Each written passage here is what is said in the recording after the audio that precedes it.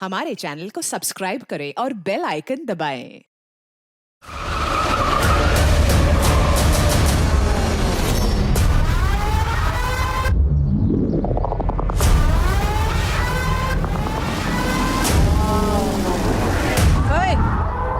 ऐसी हरकत करने की सोचना भी मत, वरना गाड़ी सीधे तेरे ऊपर चढ़ा दूंगी। चल निकल यहाँ से, ये हमारे दोनों के बीच का मामला है।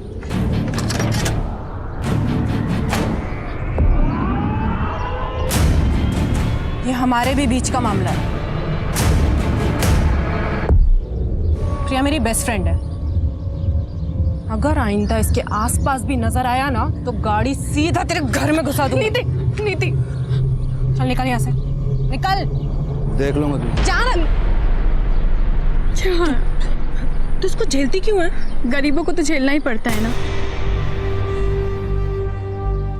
और वैसे भी किस्मत का क्या पता, कल को अगर मुझे इससे ही शादी करनी पड़ जाए। ऐसा सोचना भी मत, वरना गाड़ी तेरे ऊपर ही चढ़ा दूंगी मैं। देख, अगर पैसे की प्रॉब्लम है ना तो तू मुझे बता दे, मैं पापा से बात कर लूंगी, तेरी कहीं ना कहीं जॉब लगवा देंगे वो तो अच्छा हुआ मेरा ड्राइवर आज गुटली मार गया, तो मुझे खुद डिलीवरी करने निकलना पड़ा। लड़की होके तू कंपनी चलाती है, डिलीवरी भी खुद ही देने जाती है, इतना सब कुछ तू कर कैसे लेती है? अरे हिम्मत हो तो सब कुछ पॉसिबल है, तू भी कर सकती है। चल तुझे घर छोड़ देती हूँ।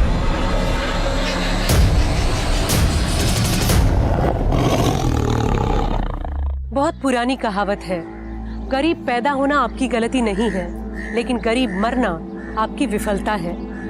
नमस्कार, मैं सोनाली कुलकर्णी आपका स्वागत करती हूँ क्राइम पेट्रोल के इस नए अध्याय में। आजादी के इतने सालों बाद आज भी गरीबी हमारे देश की सबसे बड़ी समस्याओं में से एक है। आज का हमारा एपिसोड भी ऐसे ही एक गरीबी और चाहत से जुड़े गुनाह की एक कहानी है। 21वीं सदी के 2 दशक बीत जाने के बाद आज भी लोग अपनी चाहत को हासिल करने के लिए शॉर्टकट्स ढूंढ रहे हैं। इच्छा रखना और उसे पाने के लिए कोशिश हमेशा करनी चाहिए, लेकिन फर्क तो सिर्फ इस बात का है कि आप किस माइंडसेट के साथ आगे बढ़ रहे हैं। अपने पापा को बुलाइए, मैं लड़कियों से बात नहीं करता, बताऊंगा उन्हें। आप ऐसे पुराने एम्प्लॉय को कंपनी से निकाल नहीं सकती। टेक ओवर के वक्त ये डील हुई थी। डील 3 साल पहले हुई थी हेमंत जी, अब कंपनी मैं संभालती हूँ। अगर कोई ड्राइवर महीने में आधे से ज्यादा दिन काम पर नहीं आएगा तो वो बाहर जाएगा, और अगर आगे से आपने ऐसे किसी इंसान का पक्ष लिया है ना तो आप भी बाहर जाएंगे। बहुत बड़ी गलती की है मेरे पापा ने जो आपको ये बिजनेस बेचा।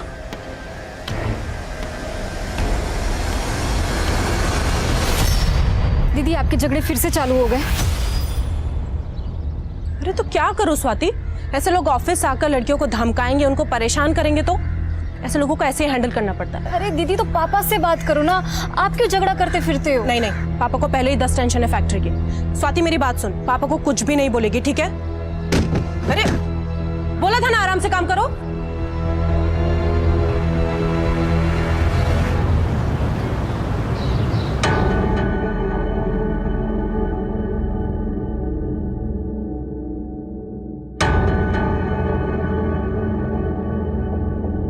नीति, ट्रांसपोर्ट ऑफिस में क्या हुआ है? और ये पुराने मालिक का लड़का क्यों आया था? पापा वो ऑफिस आकर अपनी पावर दिखा रहा था तो झाड़ दिया मैंने। बस गार्ड से पिटवाया नहीं? हाँ? क्या पापा, आप भी ना। अरे मेरा बच्चा, जो तुझे ठीक लगे ना वो कर, किसी से डरने की कोई जरूरत नहीं है। प्रॉफिट डबल कर दिया तूने बिजनेस का। बल्कि मैं तो ये सोच रहा था कि अपनी आयरन फैक्ट्री बंद करके तेरे साथ ट्रांसपोर्ट ऑफिस में बैठ जाता हूँ, बस एक बार तेरी शादी करो। पापा ये शादी अरे रुक ना बेटा, ये देख कुछ फोटोग्राफ्स आए। अरे देख तो सही, इनमें से तेरे बिजनेस के साथ किसी को कोई भी प्रॉब्लम नहीं है। ये लड़के वड़के देखना नहीं होता मुझसे, एंड आई नो आप मेरे लिए जो चुनोगे बेस्ट चुनोगे।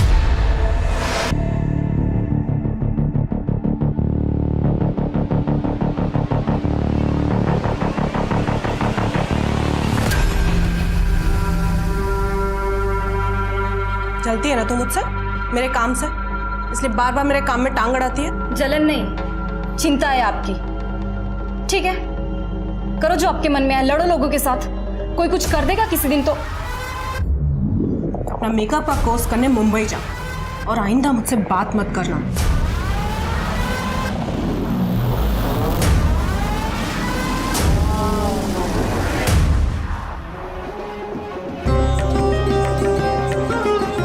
स्वाति बेटा, नीति को जल्दी से ले आओ, शादी का मुहूर्त हो रहा है।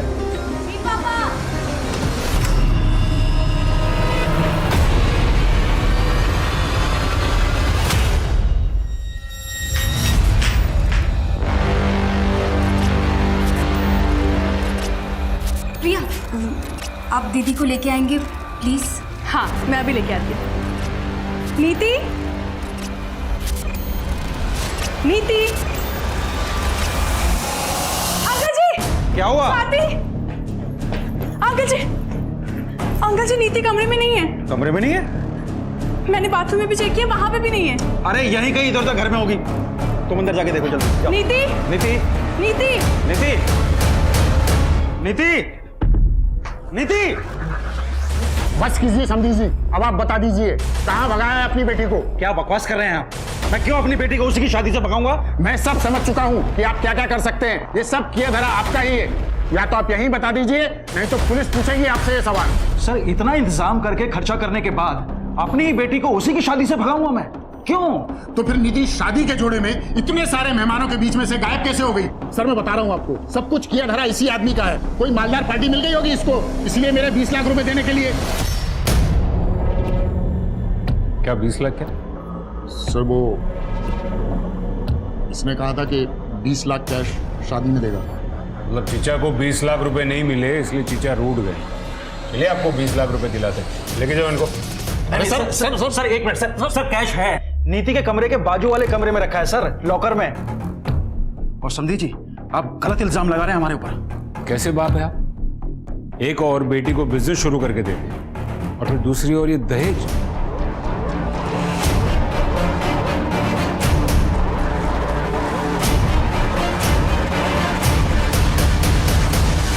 क्या लॉकर खुला है और पैसे गायब हैं? सर मैंने पैसे लॉकर में ही रखे थे सर, मुझे याद।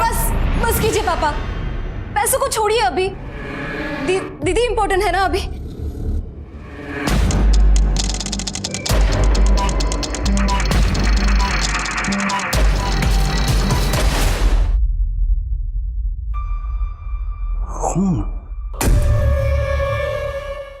देखिए नीति बिजनेस करती है और जाहिर है कि बिजनेस में राइवल्स तो होंगे, तो उसका किसी के साथ कोई झगड़ा या फिर किसी पर आपको कोई शक? हेमंत हो सकता है, या फिर वो प्रिया का आशिक अभय। अभय और हेमंत वाली बात तो पुरानी हो गई है। तू ब्यूटी पार्लर के कोर्स के लिए मुंबई चली गई थी, तुझे कुछ नहीं पता है। सर वो आए दिन नंदू टेरिस पर आ जाता था। नंदू? जी, नीति के लिए उसका रिश्ता आया था। बताया गया था कि वो डॉक्टर है, लेकिन बाद में पता चला कि वो किसी अस्पताल में छोटी सी जॉब करता है, सिर्फ 30,000 रुपए कमाता है। तो मैंने रिश्ता कैंसिल कर दिया। इसी बात को लेकर पूरी फैमिली झगड़ा करने आती थी, और खास करके वो नंदू। तो क्या करता? नीति के पापा उससे बात तक नहीं करने देते थे, इसीलिए एक दफा बात करने के लिए टेरेस के थ्रू गया था। लेकिन इसका ये मतलब नहीं होता ना कि मैं नीति को उठा कर लेके जाऊंगा। मेरे हॉस्पिटल में मेरे बारे में पूछताछ कर लीजिए। आज तक किसी के घर में डाका डालने की नौबत नहीं आई नंदेश शर्मा की। मैं नीति जितना नीच नहीं हूं सर कि बिजनेस के लिए इस हद तक गिर जाऊंगा। आप किसी से भी पूछ लीजिए, उस रात मैं अपने घर पे था, और ये जो उसकी हरकतें थी ना, ये तो होना ही था उसके साथ। हाँ मैं गया था वहां पे, नीति के बगल में ही मेरे चाचा जी रहते हैं, उनकी लड़की का बर्थडे है आज, इसलिए गया था। अरे साहब, कुछ करना होता ना तो 6 महीने पहले कर देता। 6 महीने इंतजार क्यों करूंगा? वैसे भी मेरी और प्रिया की शादी होने वाली है। पर प्रिया तो तुम्हें पसंद ही नहीं करती है ना? साहब, प्रिया तो मुझे हमेशा से पसंद करती थी, और वो नीति है जो उसको मेरे खिलाफ भड़काती रहती है। एक नंबर की चालाक लड़की है वो।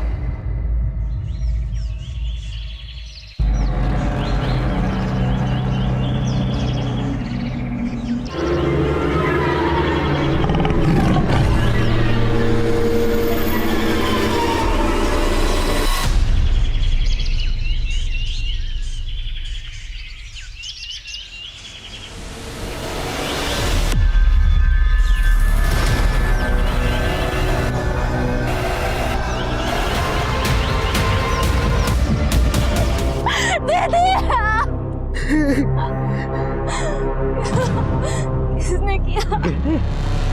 गहने कहाँ गए? सब 14-15 लाख से ऊपर के गहने थे।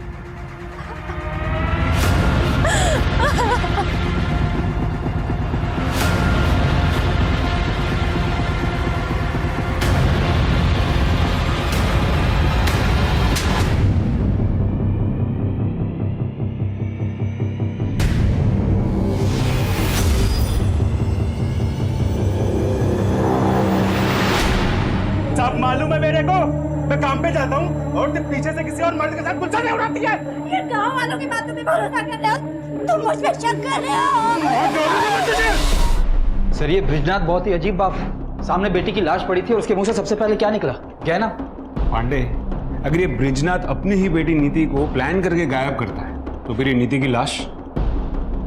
एक काम करो, ये ब्रिजनाथ का फोन मंगवाओ। एक मिनट बताइए बात क्या है? मुझे मिलने दीजिए साहब से। एक मिनट मैडम, बोलिए क्या बात है? मेरा एक कुत्ता था साहब, एक रात वो घर नहीं आया, करीब 6 महीने पहले की बात है। आपके कुत्ते का और नीति का क्या कनेक्शन? 3 दिन तक मैंने उसे पूरे शहर में ढूंढा, पर मिली उसकी लाश ठीक उसी जगह जहां आपको उस दुल्हन की लाश मिली थी, और ठीक उसी तरह चीर-फाड़ करी हुई जैसे उस दुल्हन की थी। मतलब आप ये कहना चाहती कि वो दुल्हन और आपके कुत्ते का कातिल एक ही इंसान है? एक ही है, पर इंसान नहीं, शेर।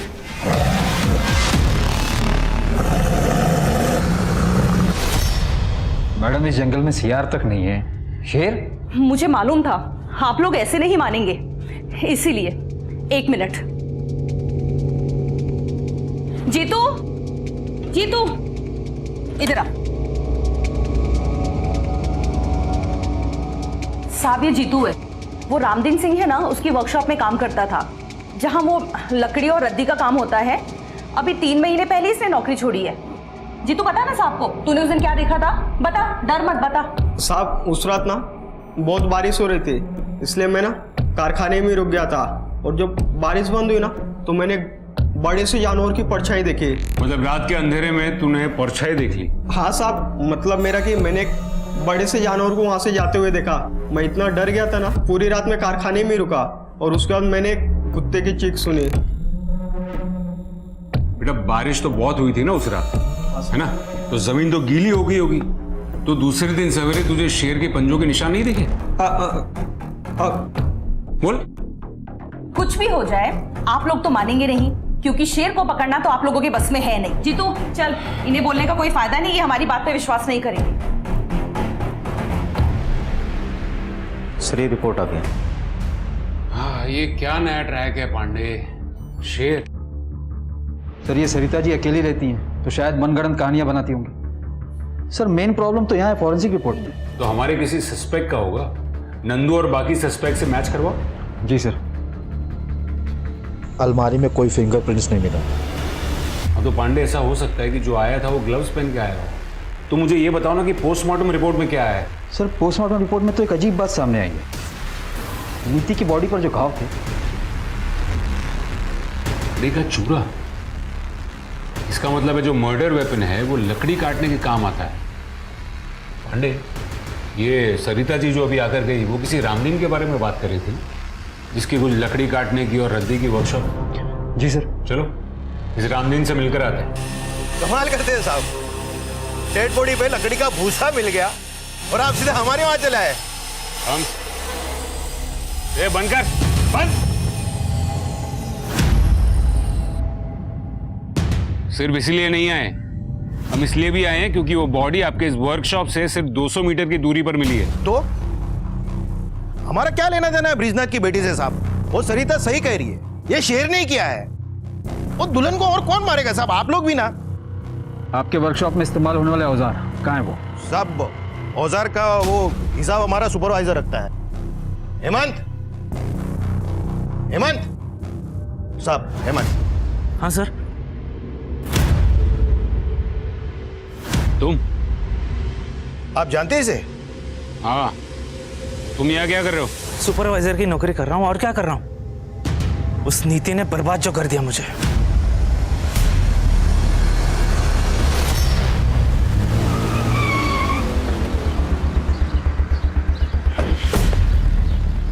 पांडे, ये हेमंत जितना सीधा दिखता है उतना सीधा लगता नहीं है। पर सर हमने पता तो किया था, हेमंत के कॉल रिकॉर्ड के हिसाब से उस रात वो अपने घर पर ही था, और तो और आईपी भी चेक किया उसका।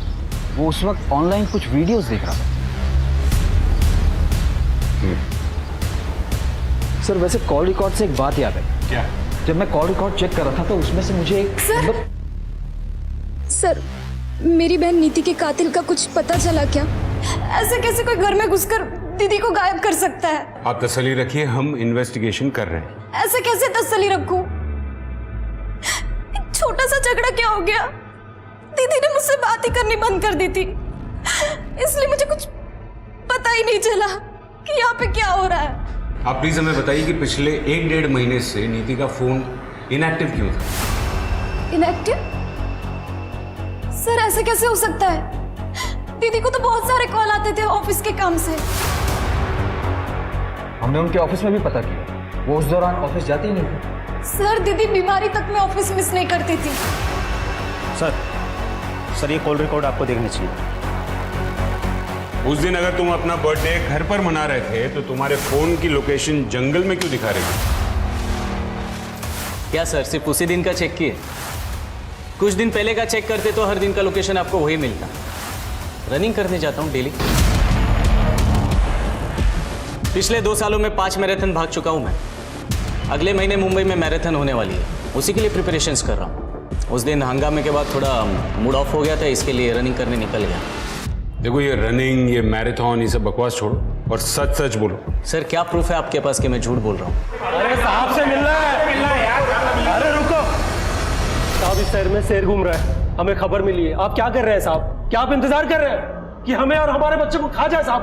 देखिए ये एक अफवाह है, जंगल में कोई शेर नहीं है। लेकिन सरिता जी अपने लोकल न्यूज चैनल पे बता रही है साहब कि शेर है। मैंने खुद सुनी थी शेर की दहाड़ उस दिन लकड़ी की वर्कशॉप के पास, पर पुलिस तो कभी ये मानेगी नहीं। सर अगर सच में ही शेर हुआ तो? कमाल कर रहे हो पांडे, मतलब 10 साल से शेर उस जंगल में है और अब अचानक उसे भूख लगी। पांडे मुझे टेंशन तो इन लोगों की हो रही है। आज तो जैसे तैसे भगा दिया, लेकिन डर फैल रहा है शहर में। पांडे अपने शहर में एक प्रोफेसर शेखर है, ये जंगल वगैरह में रिसर्च करते हैं। हाँ सर, उसे जंगल का चप्पा चप्पा पता है। उनको बुला के लेके आओ। शहर के लोगों को उनकी बात पर बहुत भरोसा है। अगर वो कहेंगे ना कि शेर नहीं है तो शायद लोग मान जाएंगे। जी सर।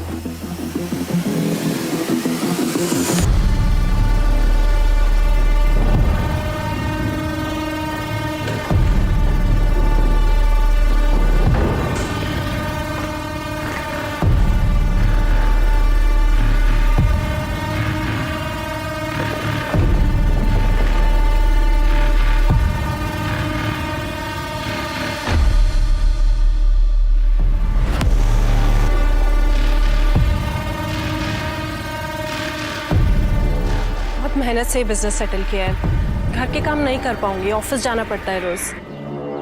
घर के काम के लिए तो काम वाली बाई आ जाएगी।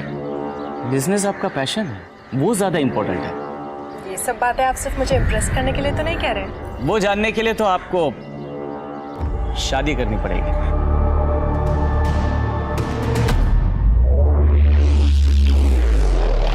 दस साल से चल रही है शेर की कहानी। एक सर्कस कंपनी आई थी, उनके पास शेर तो था नहीं, लेकिन उन्होंने पूरे शहर में ढिंडोरा पीट दिया कि शेर का खेल दिखाएंगे। और इवेंट वाले दिन उन्होंने कह दिया कि शेर जंगल में भाग गया। तब से लोगों को लगता है कि जंगल में शेर है। प्रोफेसर साहब, अगर जंगल में शेर नहीं है तो फिर ऐसा कौन सा जानवर है जो इंसान की जान ले सकता है? सर ऐसा कुछ भी नहीं है। इतने सालों से मैं पेड़ों की गैर कानूनी कटाई के खिलाफ लड़ाई लड़ रहा हूँ और इसीलिए इस जंगल का चप्पा चप्पा जानता हूँ मैं। और जितना मैं लोगों को समझाने की कोशिश करता हूँ कि जंगल में कोई शेर नहीं है, उतना ही मेरी बुआ लोगों को आकर बोलती है कि इस जंगल में शेर है, शेर है। बुआ? हाँ सर, सरिता जी मेरी बुआ हैं।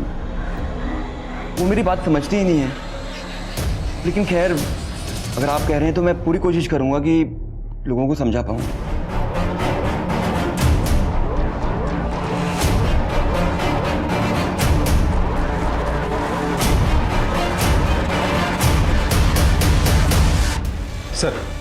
सर ये ब्रिजनाथ सीधा आदमी नहीं, ये तो लगा था, पर इतना घटिया आदमी होगा ये नहीं सोचा था।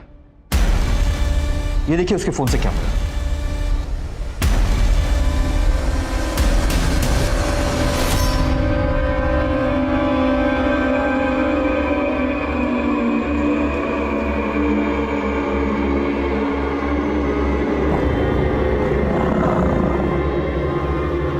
कौन है?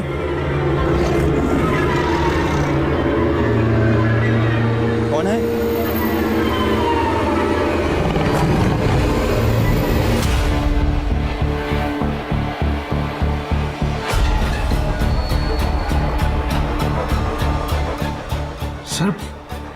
क्यों अपनी बेटी की ऐसी फोटोग्राफ्स लूंगा? ये फोटोज देखकर साफ साफ पता चल रहा है कि नीति ने खुद में फोटो नहीं खींची, किसी और ने खींची। और ये फोन किसका है? आपका। ये फोटोज आपके फोन से मिली। अब आप मुझे बताइए कि आपने नीति की ऐसी फोटोज क्यों खींची? सर मुझे नहीं पता कि ये फोटोग्राफ्स मेरे इस फोन में कैसे आए। और सर आप मेरी बेटी के कातिल को और उस आदमी को क्यों नहीं ढूंढ रहे हैं जिसने मेरे सारे पैसे और मेरे सारे गहने चुराए हैं? कौन है? अरे कौन है वहां? फिर से आ गए ना तुम लोग यहाँ पेड़ काटने के लिए?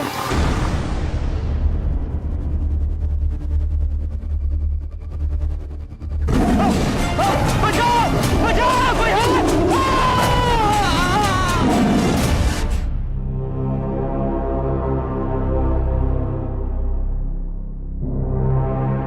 ऐसे क्या देख रही है? आपने सच में दीदी के साथ कुछ किया तो नहीं ना? शादी के कुछ हफ्ते पहले से दीदी का फोन क्यों बंद था? तेरी हिम्मत कैसे ही मुझसे ऐसी घटिया बात करने की? और उसका फोन बंद नहीं था तो उससे बात नहीं करनी थी।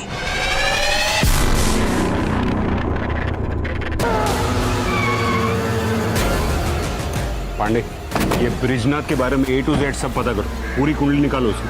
जी सर। बिल्कुल वैसे ही मारा है। ये शेर का ही काम लग रहा है भाई। जंगल में पेड़ों की बेहिसाब कटाई और नेचर के साथ होती छेड़खानी के कारण आजकल जंगली जानवरों का इंसानों पर हमला करना आम बात है। कुछ ऐसा ही यहाँ भी हो रहा था। गांव के लोगों ने तो इस बात को मान लिया था कि इन सब हत्याओं के पीछे शेर है, लेकिन पुलिस अब भी इस बात को मानने के लिए राजी नहीं थी। क्या सच में ऐसा हो सकता है कि जिस खूनी को पुलिस ढूंढ रही थी वो एक इंसान नहीं बल्कि एक आदमखोर शेर है? हाँ ना?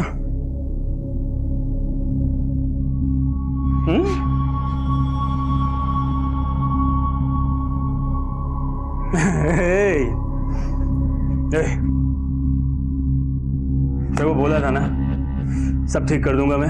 एक बार फिर से अपना घर बस रहा है। ये तेरे माँ जैसी नहीं है, बहुत ख्याल रखेगी तेरा। है चल जा बाहर खेल। है चल और दरवाजा बंद कर लेना। हाँ हाँ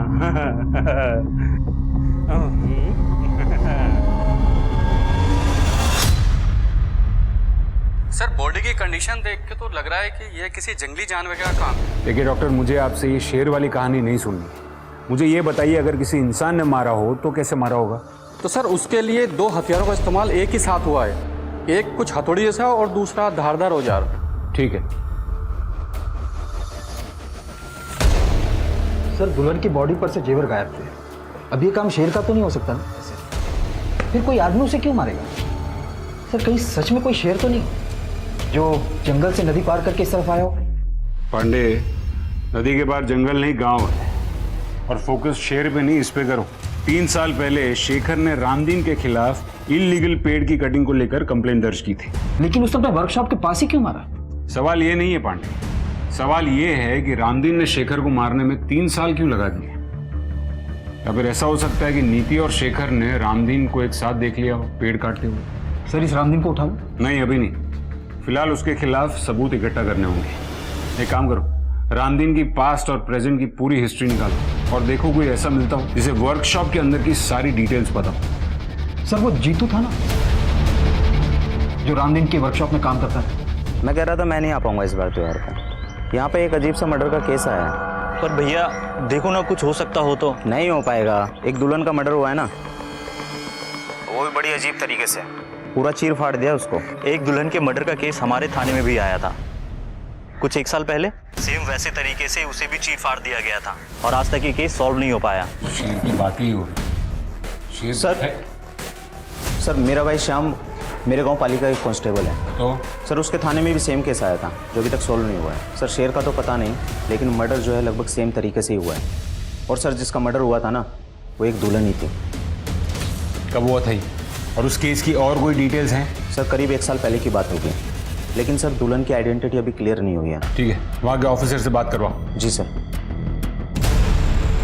साहब वो ब्रिज जी के यहाँ पे ज़्यादा पैसे मिले थे मुझे, इसलिए मैं वर्कशॉप पे नौकरी छोड़ दी थी। और वहाँ पे शेर का भी तो खतरा था ना साहब। मेरे सामने शेर की बात मत करना, समझा? अच्छा मुझे बता कि तेरे वर्कशॉप पे कोई अक्सर रामदीन को मिलने आता था क्या? हाँ, हफ्ते में एक दिन उनसे कोई तो मिलने आता था। उस दिन सबके जाने के बाद साहब वर्कशॉप में अकेले रुकते थे। साहब उस दिन मैं अपना झोला भूल गया था, इसलिए वापस लेने गया था। क्या कर रहे तू इधर? मेरी छुट्टी हो गई ना? साहब मेरा झोला भूल गया था मैं यहाँ पे। हो गया ना? चल निकल। हाँ गया वो, आ जाओ। कौन था वो? साहब मैं ज्यादा कुछ नहीं देख पाया था, रामदीन जी ने मुझे भगा दिया था वहां से। सर एक मिनट। सर ब्रिजनाथ के मोबाइल में जो फोटो मिले थे उन्हें इनलार्ज करवाया। सर ये फोटो में देखिए किसी का रिफ्लेक्शन दिख रहा है, नीति की फोटो खींचते हुए। ये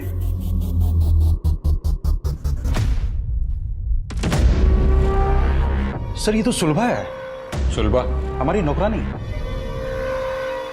सुलभा, सुलभा! जी साहब। तो तुमने खींची थी ये इतनी वाहियात फोटोग्राफ नीति की? साहब हम तो नौकर हैं, मालकिन ने कहा था ऐसे फोटो खींचने को। दीदी ये लीजिए। दीदी जल्दी कीजिए, साहब ने देख लिया तो मुसीबत हो जाएगी। एक मिनट चल। हाँ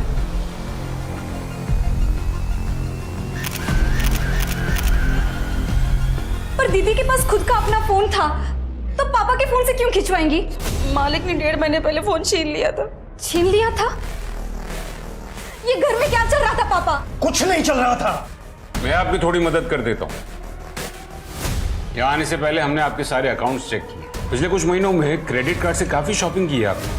फ्रिज, टीवी, वॉशिंग मशीन। अरे पर किसके लिए? घर में ऐसा कुछ नया तो आया नहीं है। आपके घर के लिए नहीं, इन सारी चीजों की डिलीवरी प्रिया के घर पे हुई थी। प्रिया नीति की दोस्त। अब आप कुछ बताएंगे या फिर बाकी की कहानी मैं प्रिया से पूछ लूं? क्या करती सर, घर में खाने तक को पैसे नहीं थे और फिर ब्रिज जी मुझे मिले। नीति ने मुझे बताया तुम्हारे बारे में। मैं मदद कर सकता हूँ तुम्हारी, लेकिन बदले में तुम्हें भी तो कुछ करना पड़ेगा।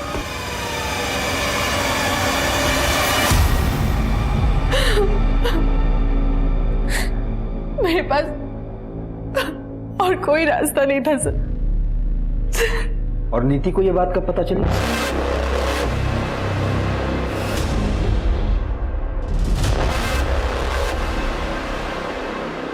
और जब नीति ने आपकी इस हरकत का विरोध किया तो आपने उससे उसका फोन छीन लिया, उसका ऑफिस जाना छुड़वा दिया। वो अपने बाप से बदतमीजी कैसे कर सकती थी? और बच्चों को संस्कार सिखाने के लिए ना ऐसे कदम उठाने पड़ते हैं। संस्कार नहीं, डर।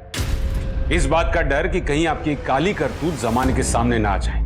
और आपको लगा होगा कि शादी के बाद तो आप नीति जैसी कॉन्फिडेंट लड़की को रोक नहीं पाओगे। तो पापा आपने दीदी को, इसलिए शादी वाले दिन भी आप सब प्रिपरेशन छोड़ के आधे घंटे के लिए कहीं चले गए थे और आधे ही आपने दीदी को बुलाने के लिए कहा था। फूल लाने के लिए गया था, पंडित जी ने अचानक से फूल लाने के लिए बोल दिया था। तो आपने अपनी प्रिया को कहा होगा कुछ करने के लिए। नहीं, ब्रिज जी ने मुझे कुछ नहीं कहा था। नीति ही मुझसे नफरत करने लगी थी। कई बार तो उसने मुझे थप्पड़ भी मारा था, लेकिन मैंने उसे कुछ भी नहीं कहा और कहती थी किस मुंह से मुझसे ये सब कुछ और झेला नहीं जा रहा था, इसलिए मैंने अभय से शादी करने के लिए हाँ कह दिया। सर वो गांव से ऑफिसर का फोन। हाँ जी, मुझे वो दुल्हन वाले मर्डर केस की डिटेल्स चाहिए थी। हाँ सर, एक फ़ोन मिला था उसके पास से, लेकिन वो बहुत ही डैमेज था और लॉक भी था। बहुत टाइम लग गया उसको ठीक करने में और अनलॉक करने में। अब करीब 1 साल के बाद अनलॉक हुआ तो पता चला कि वो यहीं गांव के पास ही रहती थी। दुल्हन की फैमिली का कहना था कि उस लड़की का किसी के साथ चक्कर चल रहा था, लेकिन किसके साथ वो हमें पता नहीं। Thank you very much. और कोई डिटेल्स मिले तो हमारे साथ शेयर कीजिएगा। Okay sir. मेरा पूरा परिवार बिखर गया। सर प्लीज बता दीजिए कौन है मेरी दीदी का कातिल? पापा? देखिए, हमने पता लगाया आपके पिताजी वाकई में फूल लेने गए थे, तो फिर और कौन रह जाता है? नीति का बॉयफ्रेंड। बॉयफ्रेंड? नहीं सर, ये हो ही नहीं सकता। दीदी का फोकस सिर्फ बिजनेस पे ही था और दीदी तो ये शादी से भी बहुत खुश थी। तो फिर एक जवान लड़की ऐसे फोटोज किसके लिए क्लिक करेगी? हमने फोन भी चेक किया, हमें कोई नंबर नहीं मिला। शायद वो इंटरनेट कॉलिंग से बात किया करती थी। और इस केस में ये पॉसिबल है कि घर से चोरी नीति ने या फिर नीति और उसके बॉयफ्रेंड ने मिलकर की थी। पैसे दीदी ने नहीं चुराए थे, मैंने चुराए थे। मुझे अपना ब्यूटी पार्लर खोलने के लिए पैसे चाहिए थे और पापा को मुझ पे भरोसा ही नहीं था और दीदी मुझसे बात ही नहीं कर रही थी।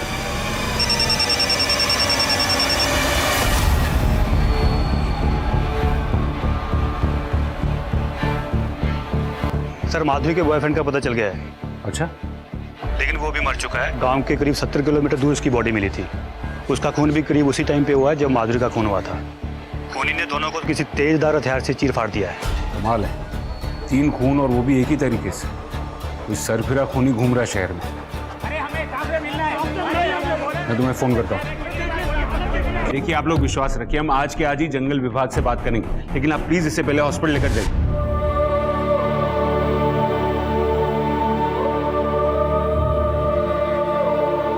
दीदी मुझसे बात नहीं कर रही थी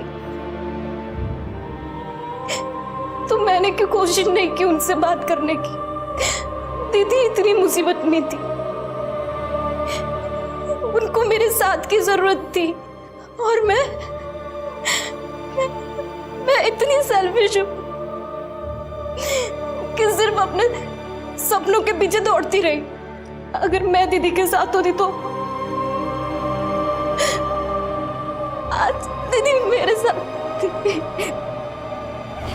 तू क्या खरीद के लाया है मुझे?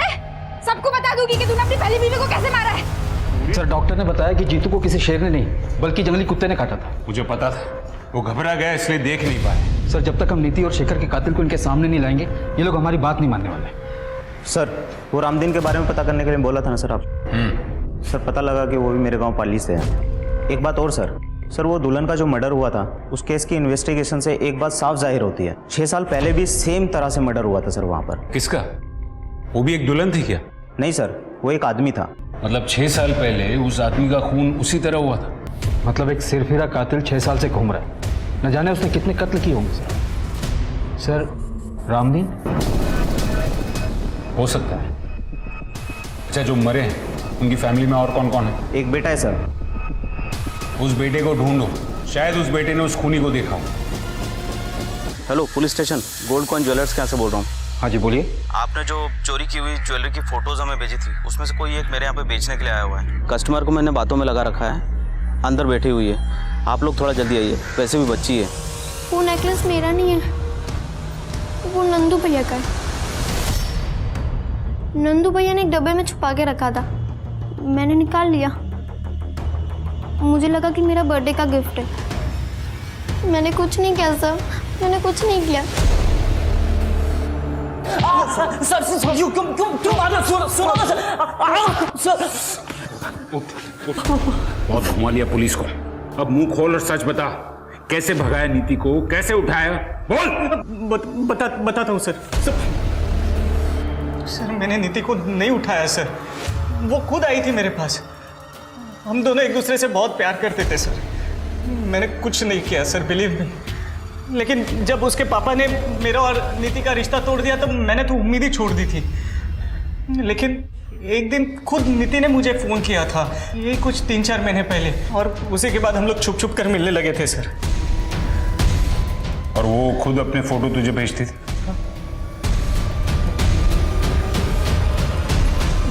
जी सर, बॉयफ्रेंड था मैं उसका। लेकिन भागने का प्लान नीति ने बनाया था और हम लोग भागकर सीधा मुंबई जाने वाले थे। और बराबर शादी वाले थे? हाँ, मतलब नीति का ऐसा प्लान था कि शादी वाले दिन उसके पास ढेर सारे गहने होंगे तो मुंबई में हम लोग आराम से सेटल हो जाए। सारा नीति का आइडिया था, सब राजी खुशी हुआ। तो फिर टेरेस पर खून कहां से आया? और वो जंगल के बाहर डेड बॉडी? जंगल में डेड बॉडी का तो नहीं पता सर, लेकिन वो टेरेस पे खून वाला प्लान मेरा था। एक्चुअली मेरा और नीति का उस दिन जंगल में मिलने का प्लान था। नीति, नीति, अरे कहाँ हो यार तुम? नीति, नीति तो नहीं मिली, लेकिन उधर झाड़ियों में उसका पड़ा हुआ नेकलेस मिला सर।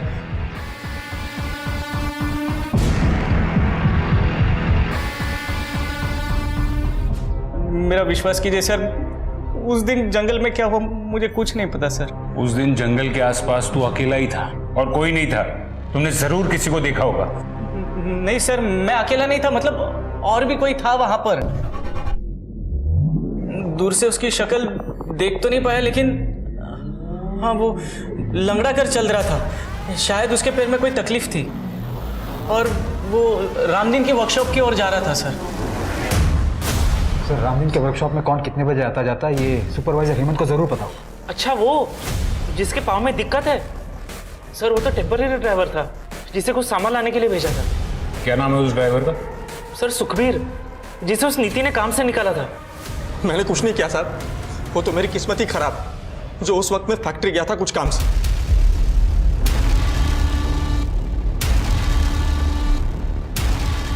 ये ब्रेसलेट तुम्हारा है? हाँ साहब। नया लिया? हाँ साहब। पुराना कहाँ है? पुराना मैं दिखाता हूँ।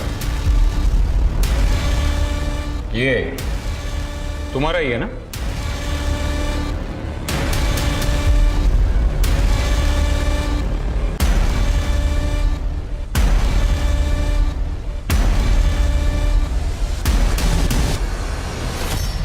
हाँ साहब, मेरा ही है। वो पुराना ढीला हो गया था ना, तो गिर गया होगा शायद। अच्छा, और वो भी वहीं पर गिरा जहां पर नीति की लाश मिली थी? भगवान की कसम साहब, उस वक्त कोई बॉडी नहीं थी वहां पे। हम गरीब छोटे लोग हैं ना साहब, इसलिए सब हमें ही परेशान करते। वहां बड़े लोग क्या नहीं करते, कोई कुछ नहीं बोलता उनको। वो रामदीन सिंह। हाँ गया वो, आ जाओ। वो औरत, उसको देखा मैंने उसके साथ, वो शेर करते फिरती है ना शहर में, वही औरत। सरिता? हाँ हाँ वही सरिता। मतलब सरिता और रामदीन? मतलब पेड़ों की कटाई नहीं, आप दोनों के बीच जो रिश्ता है वो छुपाने की कोशिश कर रहे थे। नीति और शेखर ने आपको सरिता जी के साथ देख लिया था उससे, इसलिए आपने उन दोनों को। सर लेकिन एक बात समझ में नहीं आई, दूसरे शहर जाकर उस दुल्हन को और उसके बॉयफ्रेंड को क्यों मारा आपने? अरे साहब ये क्या कह रहे हैं आप सर, हमने किसी को भी नहीं मारा है साहब। जब तक सब कुछ सच सच नहीं बता देते तब तक यहां से बाहर जाने नहीं दूंगा मैं।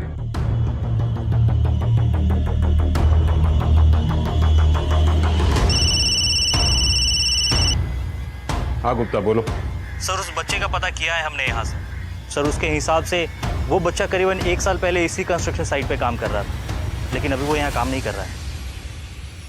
लेकिन सर एक बात और पता चली है, वो दुल्हन माधुरी जिसका मर्डर हुआ था वो यहीं आसपास किसी स्कूल में काम करती थी, और सर उस बच्चे का घर भी इसी स्कूल के आसपास ही है। तो क्या इस माधुरी का उस बच्चे के साथ कोई कनेक्शन, या फिर उसके बाप के साथ कोई कनेक्शन? सर इतना तो नहीं पता, पर यहाँ पे एक गार्ड है, उसने बताया कि वो उस बच्चे को जानता था जब वो बच्चा यहाँ काम किया करता था। गुप्ता मैं एक काम करता हूँ, यहाँ डिस्ट्रिक्ट से एक स्केच आर्टिस्ट भिजवा रहा हूँ, उसका स्केच निकलवाओ। Right sir.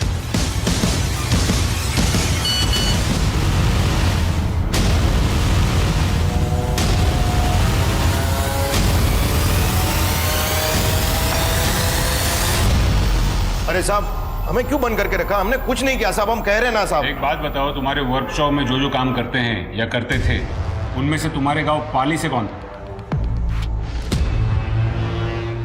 यही है वो? हाँ सर यही है वो।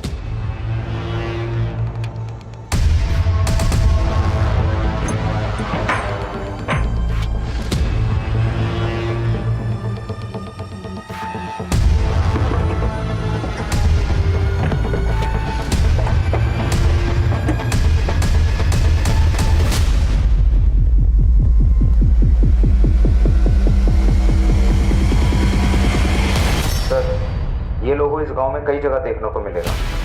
एक बाबा है यहाँ का, उसी का ये लोगो है। चलिए मैं लेकर चलता हूँ आपको उस बाबा के पास।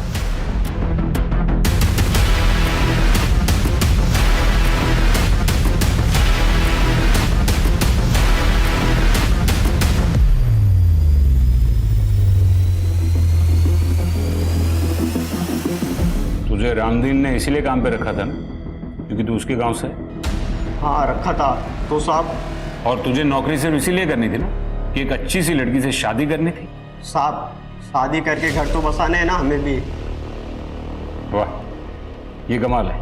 लोग शादी करने के लिए मैरिज ब्यूरो में नाम लिखवाते हैं, पेपर में ऐड देते हैं, और तू मर्डर करता है। क्या साहब ये क्या बोल रहे हो आप? ये मैं नहीं बोल रहा हूं, तेरा वो जंगल वाला बाबा बोल रहा है। थोड़ी जेल की हवा लगी, 2 डंडे पड़े तो मुंह खुल गया उसका। साहब मैं शादी करके ना सिर्फ घर बसाने वाला था। वो माधुरी थी ना, उससे बहुत प्यार करता था मैं, लेकिन उसने क्या किया, घर से भागने के लिए मेरा ही इस्तेमाल किया। किसके लिए? उस फालतू लड़के के लिए। हाँ मैं घर से जल्दी निकलकर जंगल में तुम्हारा वेट करूंगी। हाँ तुम लेकिन लेट मत होना। हाँ सारे गहने लेकर आ रही हूँ, पहने हैं मैंने, तुम जल्दी आना बस।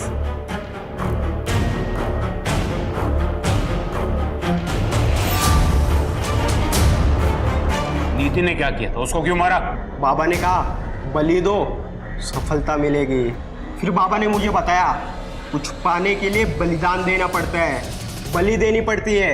एक जानवर, एक लड़की को मारकर तुझे सफलता मिलती, और शेखर उसकी बलि क्यों दी? और तेरे माँ बाप, उनको क्यों मारा? वो जो कुछ भी बोलते थे मेरी माँ के बारे में, उनके आशिक के बारे में, सब कुछ झूठ था, सब गलत था। और ये दुनिया वाले उनकी झूठ को सच मानते थे। मगर मैं समझ गया था उस आदमी को, इसलिए मैंने उसको कुल्हाड़ी से मार दिया था। अब चिंता करने की कोई बात नहीं, बाबा ने मेरा शुद्धिकरण करवा दिया है। अब मैं शादी कर सकता हूँ, अपना घर बसा सकता हूँ। तेरा शुद्धिकरण तो बेटा अब हम करेंगे, और तेरा घर है ना, ये जेल में बसाएंगे। किसी चीज की बेहिसाब चाहत इंसान को गुनाह के रास्ते पर ले जा सकती है। चाहत पागलपन ना बने, इसके लिए हमें ये मालूम होना चाहिए कि हमें कब खुद को रोकना है।